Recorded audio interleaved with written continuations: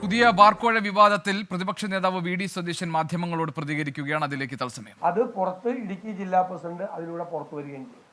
രണ്ട് മന്ത്രിമാരും പച്ചക്കള്ളമാണ് പറഞ്ഞിരിക്കുന്നത്. ഒരു കൂടിയാലോചനയും നടന്നിട്ടില്ല. ഔദ്യോഗികമായ യോഗങ്ങൾ നടന്നിട്ടുണ്ട്.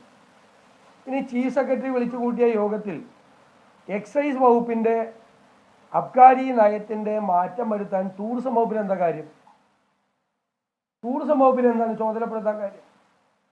അപ്പൊ ടൂറിസം വകുപ്പ് ഇതിൻ്റെ അകത്ത് വലിയ തോതിൽ ഇടപെട്ടിട്ടുണ്ട് എന്ന് വളരെ വ്യക്തമാണ്. അബ്കാരി പോളിസിയിൽ തയ്യാറാക്കേണ്ടത് എക്സൈസ് വകുപ്പാണ്. അബ്കാരി ചട്ടങ്ങളിൽ ഭേദഗതി വരുത്തേണ്ടത് എക്സൈസ് വകുപ്പാണ്. അവരാണത് പൈലറ്റ് ചെയ്യേണ്ടത്, എല്ലാം ചെയ്യേണ്ടത് അവരാണ്. അപ്പോൾ ടൂറിസം വകുപ്പ് ഇതിൻ്റെ അകത്ത് ഒരു ഇടപെടൽ നടത്തിയിട്ടുണ്ട് എന്നുള്ളത് വളരെ വ്യക്തമാണ്. അതുകൊണ്ടാണ് ഇന്നലെ ചേർന്ന UDF യോഗം എക്സൈസ് മന്ത്രി മാത്രമല്ല ടൂറിസം വകുപ്പ് മന്ത്രി കൂടി രാജിവെക്കണം എന്നുള്ളൊരു നിലപാടിലേക്ക് ഞങ്ങൾ എടുത്തത്. ഇവർ രണ്ടുപേരും ഇതിനകത്ത് ഇടപെട്ടിട്ടുണ്ട് എന്നതാണ് ഏറ്റവും പ്രധാനപ്പെട്ട കാര്യം. ഞങ്ങൾക്ക് ഒരു 6 ചോദ്യങ്ങൾ ചോദിക്കാനുണ്ട് സർക്കാരിനോട്. ഒന്ന്, ടൂറിസം വകുപ്പ് എന്തുകൊണ്ടാണ് എക്സൈസ് വകുപ്പിനെ മറികടന്ന് ഈ കാര്യത്തിൽ ഇടപെട്ടത്?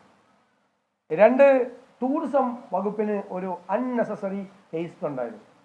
എല്ലാ അഴിമതിക്കും പിന്നിലുള്ള അനാവശ്യമായ തിടുക്കം അതെന്തിനായിരുന്നു?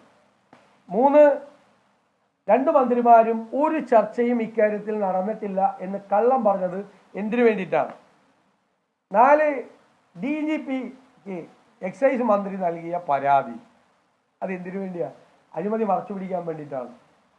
ഇതിപ്പോൾ ആരോപണം ഉന്നയിച്ചാലും അവർക്കെതിരായിട്ടാണ് അന്വേഷണം നടക്കുന്നത്. ഒരുപാട് സംഭവങ്ങളായി ഇപ്പോൾ കേരളത്തിൽ. സ്വപ്ന സുരേഷ് ആരോപണം ഉന്നയിച്ചു. സ്വപ്ന സുരേഷിനെതിരായിട്ട് പരാതി. മാധ്യമങ്ങൾ SFI സംസ്ഥാന സെക്രട്ടറിയുടെ വിജയത്തെ സംബന്ധിച്ച്, പരീക്ഷ എഴുതാതെ വിജയത്തിനെ സംബന്ധിച്ച് വാർത്ത കൊടുത്തു. പരീക്ഷ എഴുതാതെ വിജയിച്ച് ആളെക്കുറിച്ചല്ല അന്വേഷണം നടത്തി. അത് റിപ്പോർട്ട് ചെയ്ത മാധ്യമപ്രവർത്തക ഉൾപ്പെടെയുള്ള അധ്യാപകർക്കും വിദ്യാർത്ഥി നേതാക്കന്മാർക്കും എതിരായിട്ടാണ് അന്വേഷണം നടക്കുന്നത്. സർക്കാരിനെതിരായി അഴിമതി വരുമ്പോൾ ഈ അഴിമതി പുറത്തു വരാനിടയായ സാഹചര്യത്തിൻ്റെ ഗൂഢാലോചനയെക്കുറിച്ചാണ് അന്വേഷണം നടത്തുന്നത്. അത് എവിടുത്തെ രീതിയാണ്? ഏത് രീതിയാണ്? DGPക്ക് എക്സൈസ് മന്ത്രി നൽകിയ പരാതിയും ഇതിനു മുൻപുള്ള അതേ പാതയിലൂടെ സഞ്ചരിക്കുകയാണ്. KM മാണിക്കെതിരായിട്ട് ബാർ കോഴയുമായി ബന്ധപ്പെട്ട ഒരു ആരോപണം വന്നപ്പോൾ വിജിലൻസ് അന്വേഷണം പ്രഖ്യാപിക്കുകയാണ് ഉമ്മൻചാണ്ടി സർക്കാർ ചെയ്തത്. എന്തുകൊണ്ടാണ് ഈ സർക്കാർ ആ മാതൃക സ്വീകരിക്കുക? ഇത്രയും വലിയ 2 വകുപ്പുമായി ബന്ധപ്പെട്ട ഗുരുതരമായ ഒരു അഴിമതി ആരോപണം വന്നിട്ടും എന്തുകൊണ്ടാണ് മുഖ്യമന്ത്രി മൗനം അവലംബിക്കുന്നത്? ഈ ചോദ്യങ്ങൾക്ക് ഉത്തരം പറഞ്ഞേ മതിയാവൂ. ഇത് സംബന്ധിച്ച മന്ത്രിമാർ പറഞ്ഞത് സത്യവിരുദ്ധമായ കാര്യങ്ങളാണ് എന്ന് തെളിയിക്കുന്ന രേഖ ടൂറിസം വകുപ്പ് ഇത് സംബന്ധിച്ച കാര്യങ്ങൾ ചർച്ച ചെയ്യുന്നതിന് വേണ്ടി, അതായത് സൂം ലിങ്കാണ്, ഇൻവിറ്റേഷൻ ലിങ്കാണ് അയച്ചിരിക്കുന്നത്.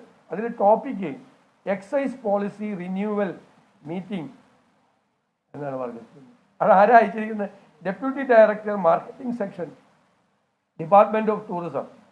എക്സൈസ് പോളിസിയുടെ റിന്യൂവൽ തീരുമാനിക്കാൻ വേണ്ടി സൂം മീറ്റിംഗ് ആര് ടൂറിസം വകുപ്പ് നടത്തുന്നു? എന്തൊരു വിരോധാഭാസമാണ്. ചോദ്യങ്ങൾ ഞാൻ നേരത്തെ പറഞ്ഞതുപോലെ, എന്തുകൊണ്ടാണ് അബ്കാരി പോളിസി തീരുമാനിക്കേണ്ട എക്സൈസ് വകുപ്പിനെ മറികടന്ന് ടൂറിസം വകുപ്പ് ഇക്കാര്യത്തിൽ ഇടപെട്ടത്? 2, എന്തിനാണ് ടൂറിസം വകുപ്പ് അൺനെസസറി ഹേസ് അനാവശ്യമായ ധൃതി കാണിച്ചത്? 3, 2 മന്ത്രിമാരും എന്തിനാണ് ഒരു തരത്തിലുള്ള ചർച്ചയും നടത്തിയിട്ടില്ല എന്ന് പച്ചക്കള്ളം പറഞ്ഞത്? 4, DGPക്ക് എക്സൈസ് മന്ത്രി നൽകിയ പരാതി അഴിമതിയിൽ നിന്ന് ശ്രദ്ധ തിരിക്കാനല്ലേ?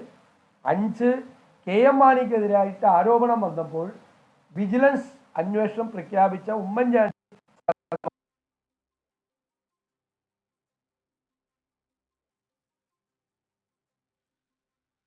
വി ഡി സതീശൻ മാധ്യമങ്ങളോട് സംസാരിക്കുകയായിരുന്നു. പുതിയ ബാർക്കോഴ വിവാദത്തിൽ എന്തുകൊണ്ടാണ് വിജിലൻസ് അന്വേഷണത്തിന് സർക്കാർ തയ്യാറാകാത്തത്?